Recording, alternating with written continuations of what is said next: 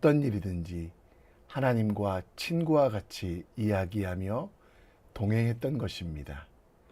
오늘 우리도 예수 그리스도와 함께 살아가며 하나님의 친구 되어 주님의 뜻을 이뤄가며 주님과 교제함이 우리 삶의 기쁨, 행복될 수 있도록 우리 함께 기도합시다. 이 시간 우리의 믿음을 사도신경을 통해 고백합니다.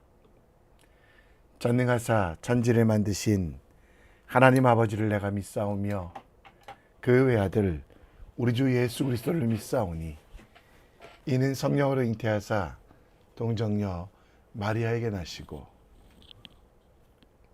본디오 빌라도에게 고난을 받으사 십자가에 못 박혀 죽으시고 장사한 지 사흘 만에 죽은 자 가운데 다시 살아나시며 하늘에 오르사 전능하신 하나님 우편에 앉아 계시다가 저희로서 산자와 죽은 자를 심판하러 오시리라.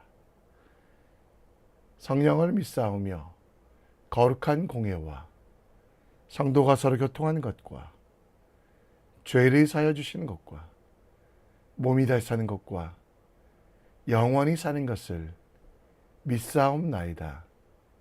아멘. 이 시간 우리 함께 찬송 드립니다. 찬송가 213장 찬양합니다.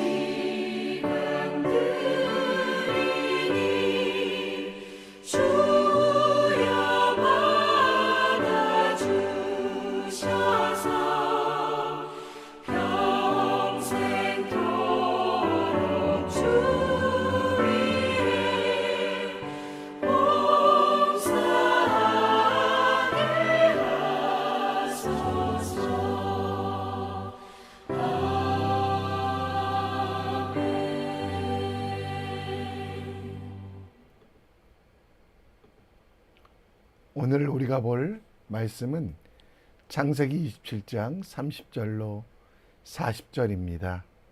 우리 함께 읽겠습니다. 이삭이 야곱에게 축복하기를 마침에 야곱이 그의 아버지 이삭 앞에서 나가자 곧 그의 형 에서가 사냥하여 돌아온지라. 그가 별미를 만들어 아버지에게로 가지고 가서 이르되 아버지여, 일어나서 아들이 사냥한 고기를 잡수시고 마음껏 내게 축복하소서. 너는 누구냐? 나는 아버지의 아들, 곧 아버지의 맏아들 에서로 소이다. 이삭이 심히 크게 떨며 이르되 그러면 사냥한 고기를 내게 가져온 자가 누구냐? 네가 오기 전에 내가 다 먹고 그를 위하여 축복하였은즉 그가 반드시 복을 받을 것이니라. 에서가 그의 아버지의 말을 듣고 소리질러 슬피 울며 아버지에게 이르되 내 아버지여, 내게 축복하소서. 내게도 그리하소서. 내 아우가 와서 속여 내 복을 빼앗았도다. 그의 이름을 야곱이라 함이 합당하지 아니하니이까. 그가 나를 속임이 이것이 두 번째니이다. 전에는 나의 장자의 명분을 빼앗고 이제는 내 복을 빼앗았나이다. 아버지께서 나를 위하여 빌 복을 남기지 아니하셨나이까.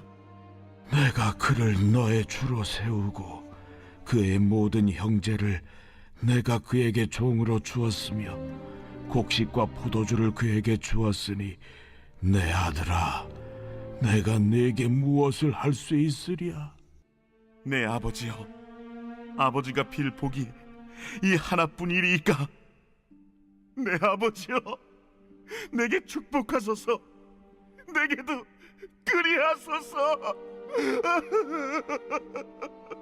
하고 소리를 높여 우니 그 아버지 이삭이 그에게 대답하여 이르되 내 주소는 땅의 기름짐에서 멀고 내리는 하늘 이슬에서 멀 것이며 너는 칼을 믿고 생활하겠고 내 아우를 섬길 것이며 네가 매임을 벗을 때에는 그 멍에를 내 목에서 떨쳐버리리라. 그의 아버지가 야곱에게 축복한 그 축복으로 말미암아 에서가 야곱을 미워하여 심중에 이르기를 아버지를 곡할 때가 가까웠은즉 내가 내 아우 야곱을 죽이리라. 맏아들 에서의 이 말이 리브가에게 들리매 이에 사람을 보내어 작은 아들 야곱을 불러 내 형 에서가 너를 죽여 그 한을 풀려하니 내 아들아, 내 말을 따라 일어나 하란으로 가서 내 오라버니 라반에게로 피신하여 내 형의 노가 풀리기까지 몇 날 동안 그와 함께 거주하라. 내 형의 분노가 풀려 내가 자기에게 행한 것을 잊어버리거든 내가 곧 사람을 보내어 너를 거기서 불러오리라. 어찌 하루에 너희 둘을 이루랴. 리브가가 이삭에게 이르되 내가 햇사람의 딸들로 말미암아 내 삶이 싫어졌거늘 야곱이 만일 이 땅의 딸들 곧 그들과 같은 햇사람의 딸들 중에서 아내를 맞이하면 내 삶이 내게 무슨 재미가 있으리까.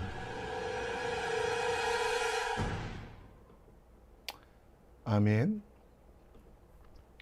고대 그리스 비극에 오이디푸스라는 사람이 등장합니다. 오이디푸스는 그리스 신들에게 아버지를 죽이고 어머니와 혼인할 것이라는 신탁을 받습니다. 오이디푸스는 이 운명을 피하기 위해 필사적으로 노력하지만 그 모든 노력이 오히려 그의 인생의 운명의 굴레가 됩니다. 그의 아버지는 이 비극을 막기 위하여 아이의 발목을 뚫어 산에 버리게 하지만 목자에게 구조되어 코린토스의 왕자로 자라게 됩니다. 그는 그의 양부모를 지키기 위해 코린토스를 떠나서 다시 라이오스라는 곳으로 가고 괴물 스핑크스를 물리쳐 영웅이 되고 그곳 왕을 죽이고 왕비를 아내로 맞이하게 됩니다. 나중에 밝혀진 것은 그가 죽인 왕 라이오스의 왕은 그의 친부였고 그의 어머니가 왕비가 되었다는 것을 알게 됩니다. 결국 오이디푸스는 스스로 눈을 찔러 시각장애인이 된 후 방랑의 길을 떠납니다. 이 이야기는 숙명론의 대표적인 이야기로 인간이 정해진 운명을 피하려 할수록 오히려 그 운명에 매이게 된다라는 이야기입니다. 창세기 27장 30절로 46절 말씀은 하나님의 뜻을 오해한 이삭, 리브가 그리고 야곱의 이야기가 나옵니다. 사냥을 마치고 돌아온 에서가 별미를 올리자 에서는 자신들이 속았음을 깨닫고 심히 떱니다. 에서는 방성대혹하며 자신에게도 복을 달라고 애원하지만 이삭은 이미 모든 주권과 복을 야곱에게 주었음을 선언합니다. 결국에서는 칼을 믿고 생활하며 동생을 섬기게 될 것이라는 낮은 수준의 축복만 받게 되는데요. 분노한 에서는 아버지가 돌아가신 후 야곱을 죽이겠다고 결심합니다. 이를 눈치챈 리브가는 야곱을 보호하기 위하여 오라버니 라반의 집으로 피신시키는데요. 리브가는 이삭에게 또 거짓말을 합니다. 해족속의 아내들로 인해 삶이 괴롭다고 호소하며 야곱만큼은 믿음의 조상들에게 합당한 아내를 맞이해야 된다는 명분으로 그를 떠나게 하고 설득합니다. 사람들은 당연히 생각하는 일도 하나님의 뜻과 다를 때가 있습니다. 그런데 우리는 그렇게 하나님의 뜻과 내 뜻이 다를 때 내 마음대로, 내 선입견대로 일하고 고집하며 하나님의 일을 무시하곤 합니다. 때로는 숙명론에 빠져서 아무것도 하지 않고 다 정해진 일인데 무슨 열심을 내겠어 하는데요. 많은 이들이 하나님의 뜻과 하나님의 계획에 확신 없이 자기만의 생각으로 선입견으로 하나님을 오해하고 편견으로 숙명론에 빠지게 되고, 또 어떤 이들은 값싼 구원론에 빠져 신앙생활에 열심을 내지 못하는데 그 실수 때문에 하나님의 사랑과 은혜를 누릴 수가 없습니다. 오늘 숙명론을 이기고 값싼 구원론을 이기고 하나님의 말씀에 순종하는 지혜와 은혜의 일에 함께 묵상해 보겠습니다. 이삭은 에서가 야곱인지 알고 축복합니다. 그 축복의 이야기는 27장 29절에 나오는데요. 만민이 너를 섬기고 열국이 내게 굴복하리니 내가 형제들의 주가 되고 내 어머니 아들들이 내게 굴복하며 너를 저주하는 자는 저주를 받고 너를 축복하는 자는 복받기 원하노라. 멋진 내용이지만 아버지로서 혹은 하나님의 자녀로서 할 수 있는 축복의 내용은 아니었습니다. 아버지가 장자권을 물려주며 하는 축복은 다른 자녀보다 2배의 재산을 유산으로 물려주는 것인데요. 이삭은 에서인 줄 알았던 야곱을 축복하는데 그 축복의 내용은 언약의 확인이었습니다. 원래 하나님께서 에서와 이삭이 야곱이 태어날 때 큰 자가 작은 자를 섬기고 또 작은 자가 주가 될 것이라고 이야기했는데요. 야곱을 통해 하나님의 계획을 이루시겠다고 말했는데 이삭은 그 전통, 장자상속이란 전통 때문에 하나님의 말씀을 온전히 생각하지 못했고 자기 마음대로 축복하게 되었습니다. 비록 악으로 속임으로 야곱과 리브가가 행했지만 하나님께서는 나중에 하나님의 계획 곧 야곱을 들어 쓰시기로 작정하셨습니다. 30살에 이삭이 야곱에게 축복하기를, 30절에 이삭이 야곱에게 축복하기를 마쳤을 때 에서가 돌아와 그 속은 사실을 압니다. 이삭도 33절에 보면 이삭도 떨렸다라고 이야기하고요. 34절에 에서도 마찬가지로 그 아버지의 말을 듣고 소리질러 슬퍼하며 울었다라고 이야기합니다. 그리고 야곱의 이름답게 발뒤꿈치를 잡는 자, 사람들을 속이고 뒤통수 치는 그 삶에 대해서 이야기하고 36절에는 야곱의 이름의 뜻이 자신을 속였다라고 이야기하고 37절에는 이제 이삭은 에서에게 이미 축복해서 어쩔 수 없다라고 합니다. 야곱이 주가 되고 그의 모든 형제가 그의 종이 되었으니 아무것도 할 수 없다라고 이야기하고 38절에는 에서가 아버지에게 축복해달라고 하지만 그 축복의 내용은 에서가 사는 땅은 비옥한 땅이 아니며 하늘의 이슬에서 멀 것이라고 이야기합니다. 결론적으로 에서는 아버지가 죽으면 야곱을 죽이겠다라고 선언하였고요. 그로 말미암아 그 집안에는 큰 고통, 근데 거기서도 마찬가지로 정직한 회개와 반성이 있지 않고 리브가는 이삭과 에서를 속여 야곱이 헷족속과 결혼하지 않게 하여 그를 보냈다라고 이야기합니다. 오늘 본문 속에 우리는 하나님의 사랑을 잘못 깨달았습니다. 형과 아버지를 속인 야곱, 그 이름의 뜻대로 사람을 속이며 살아가는 그는 그럼에도 불구하고 하나님은 그를 사랑하시고 들어쓰신다라는 것. 야곱이 뛰어나서, 야곱이 잘나서가 아니라 약한 자를 들어쓰시며 죄인들을 구원하시는 하나님의 뜻을 보여주기 위함이었습니다. 야곱의 생각은 아버지로부터 축복이 온다고 했지만 그 모든 축복은 하나님으로부터 왔습니다. 이삭도 마찬가지로 자신이 할 축복만 하면 되는데 교만하여 하나님의 말씀을 어기고 자신의 마음대로, 그러다 보니 풍성하신 하나님의 은혜, 복주고 복주며 번성케 하시고 번성케 하시는 하나님의 은혜를 누리지 못하고 그저 인간의 복 정도로 제한하는 삶을 삽니다. 우리는 하나님의 은혜를 제한해서는 안 됩니다. 하나님의 은혜는 여러분의 생각보다 큽니다. 야곱을 택하심은 야곱이 뛰어나서가 아니라 은혜로, 믿음으로. 에서에게도 복을 주실 것이 분명합니다. 따라서 저주하고 다른 이들에게 복수할 필요가 없습니다. 그럼에도 에서도 이삭도 하나님의 뜻을 제한하며 나의 선입견으로 안 될 거야, 아닐 거야 라고 생각하며 기도하지 않고 구하지 않고 하나님을 의지하지 않고 세상을 의지하는 삶을 살았기 때문에 하나님의 놀라운 축복을 경험할 수 없었다라는 것입니다.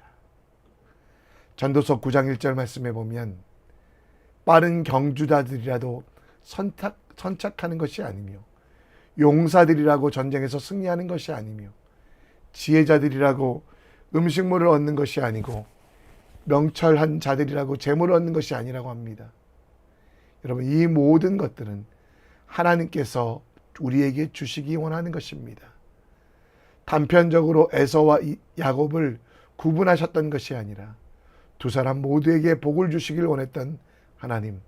그러나 인간의 그 속임수가 그 복을 제한했고, 그러다 보니 제로섬, 내 것들을 빼앗기면 남이 부자가 되고 남의 것을 빼앗아 내가 부자가 되는 인간적인 방법으로 살아갑니다. 오늘 여러분, 하나님의 뜻을 순종하며 기쁨으로 기다릴 때 우리 인생의 기적이 상식이 됩니다. 하나님을 제한하는 실수를 하지 않는 오늘 하나님의 기적을 이뤄갑시다. 내 생각으로 하나님을 제한하지 않고 하나님의 말씀에 순종하는 사람 되기를 우리 함께 기도합시다. 오늘 본문에 보면 야곱은 아버지를 속여 축복을 받고 그 아버지 이삭은 더 이상 복을 줄 수 없다라고 이야기합니다. 36절에 사람을 속이고 다니는 야곱은 복을 받지만 정직하고 우직한 에서는 고난당하고 그는 고통을 받고 어려움을 당한다라고 이야기합니다. 그리고 39절에 보면 그 아버지 이삭이 그에게 대답하되 내 주소는 땅의 기름을 벌고 내리는 하늘이 있으니 멀어질 것. 에서에 대하여 너는 칼을 믿고 생활하겠고 내 아우를 섬길 것이며 내가 매임을 벗을 때 그 멍에를 내 목에서 떨쳐내리라 하였다라고 이야기합니다. 여러분, 야곱이 나중에 에서를 돕고 야곱 때문에 에서가 잘 될 것을 선언합니다. 그럼에도 불구하고 그 축복을 에서는 받아들이지 못합니다. 야곱을 미워하며 심중에 아버지가 죽으면 야곱을 죽이라라고 다짐합니다. 엄청난 부와 풍성함 속에 살았지만 물려받지 못한 것들, 그것 때문에 그는 질투하는 삶을 살았고요. 그 질투가 두려운 리브가는 에서의 노가 풀리기까지 그 오라비 라반에게 피신하라라고 이야기합니다. 자신이 한 일에 대한 회개가 있었다면 화해와 화목이라는 하나님의 법이 이루어졌을 것입니다. 야곱만 잘 살고 있었던 것이 아니라 에서도 잘 살 수 있음에도 불구하고 하나님께서 정하신 것은 두 사람들이 다 잘 사는 것인데 인간의 판단이, 이삭의 어리석음이, 야곱의 임시방편이, 에서의 부족함이 하나님이 부어주시는 은혜를 제한하여 한 사람만 잘 살고 한 사람은 못 산다라는 착각 속에 숙명론에 빠지게 됩니다. 여러분, 우리에게 고난과 어려움이 찾아온 것은 정해진 것이 아닙니다. 하나님께서 여러분들을 사랑하셔서 풍성하게 하시고 무엇보다 우리를 종으로 삼지 않으시고 친구로 삼으셨다라고 합니다. 하나님의 뜻은 숙명론이 아닙니다. 에서는 반드시 심판당하고 야곱은 반드시 잘 되는 것이 아닙니다. 야곱을 통하여 에서가 도움을 받고 야곱의 후손을 통하여 에서가 생명을 얻게 된다는 것이 하나님의 뜻, 그것을 알려주시길 원하여 이 사건들이 일어나고 있는데요. 우리는 망할 존재가 아니라, 무조건 부한 존재가 아니라 하나님의 친구로 살아가는 것이 우리 삶의 목적. 친구는 그 뜻을 나눕니다. 친구는 서로 공유합니다. 하나님과 교제하며 우리가 부자가 되는 것이 우리 삶의 목적이 아니라 하나님과 함께 살아가는, 그래서 그 복을 누리는 믿음의 사람 되길 우리 함께 기도합니다. 모세는 숙명론에 빠진 사람이 아니었습니다. 지도자가 된 이후에도 수많은 반대와 어려움들 속에 그가 깨달은 것, 그렇구나, 하나님이 나의 친구가 되시는구나. 그래서 하나님과 대면하여 말씀하였습니다. 오늘 우리가 읽었던 본문도 마찬가지로 하나님의 뜻을 깨달았다면 에서가 분노할 필요가 없습니다. 이삭이 한숨 쉴 필요가 없습니다. 리브가가 거짓말할 필요가 없습니다. 그저 솔직히 주님 앞에 고백하며 회개할 때 놀라운 역사가 있음을 기억하며 하나님께 우리의 인생을 맡겨드리는 믿음의 사람 되시기를 우리 함께 기도합시다. 이 시간 우리 함께 여호와께 돌아오라 찬양합니다. 내 백성이 나를 떠나 돌아섰지만 내 사랑이 내 백성을 포기 못하니 내 모든 것 내어주고 나 그들을 얻으리라.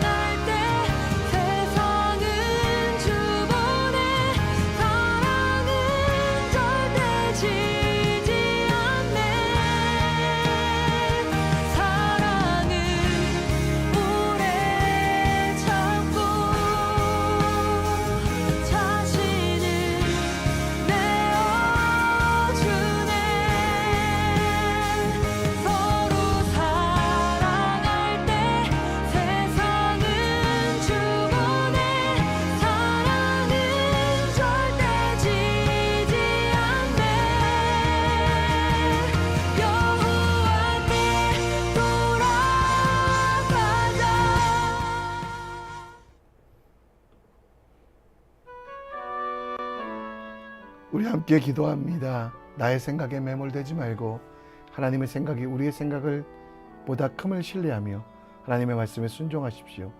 매일 하나님의 친구가 되어 교제하며 하나님과 동행하는 삶을 살게 하소서. 우리 함께 기도했으면 좋겠습니다.